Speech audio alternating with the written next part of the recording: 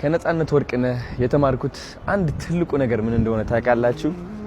በትልቅ ፈተና እያለፍክ እያለ ለሰዎች ደስታ መስጠት።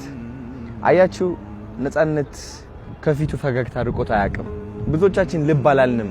because ቲክቶክ ላይ ተጠምደናል፣ የራሳችን ህይወት ላይ ተጠምደናል፣ የሌላ ዓለም ውስጥ ነው ያለነው። ገባችሁ?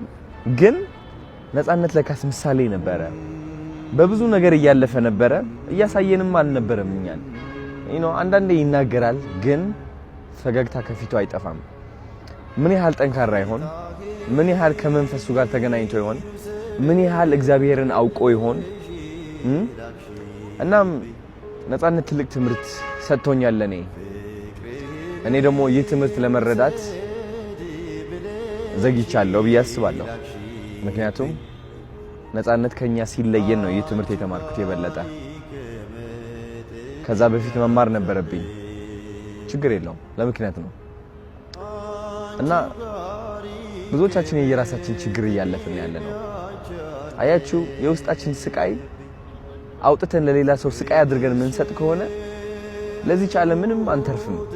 ምንም እናመጣውና ምንበጀው ነገር አይኖርም።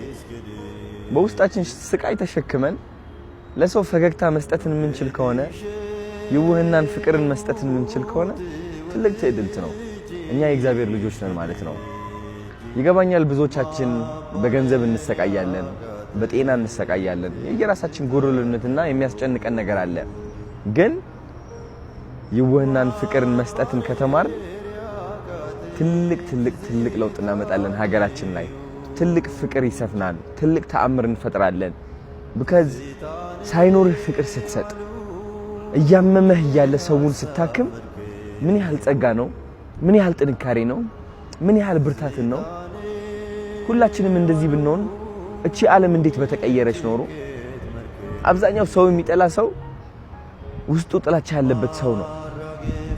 ሰው መጉዳት የሚፈልግ ሰው ንዴት የሚሰማው ሰው ነው። ግን ንዴታችን ለራሳችን የሚይዘን ቢሆን ፈገግታና ፍቅር ብናካፍል ሰማይ እንደርሳለን። ነጻነት ወርቅነህ ይህን ያስተማረ ያ ሁሉ ህመም ይዞ ተሸክሞ በስንት መከራ እያለፈ ስራው ሲገብቶ ሰዎችን እያሳቀ ስናየው ምን ያህል ጥንካሬ አልገባንም። ከውጭ ሲታይ ቀላል ይመስላል፣ መሳቁ ቀላል ይመስለናል። ለካስ እቺ ፈገግታ ከባድ ነች። ነጻነት ወርቅነህ ጠንካራ መንፈስ ነበረው። እቺ ጠንካራ መንፈስ ደግሞ ከላይ ሆና እያየችን እንደሆነ እርግጠኛ ነኝ። እወደዋለሁ። ትልቅ ትምህርት አስተምሮኛል። አድናቂው ነኝ። አሁን ደግሞ የሱ ተማሪ። ይህ ለማለት ብዘገይም ግን ከማለት ወደ ኋላ አልልም። እወዳችኋለሁ።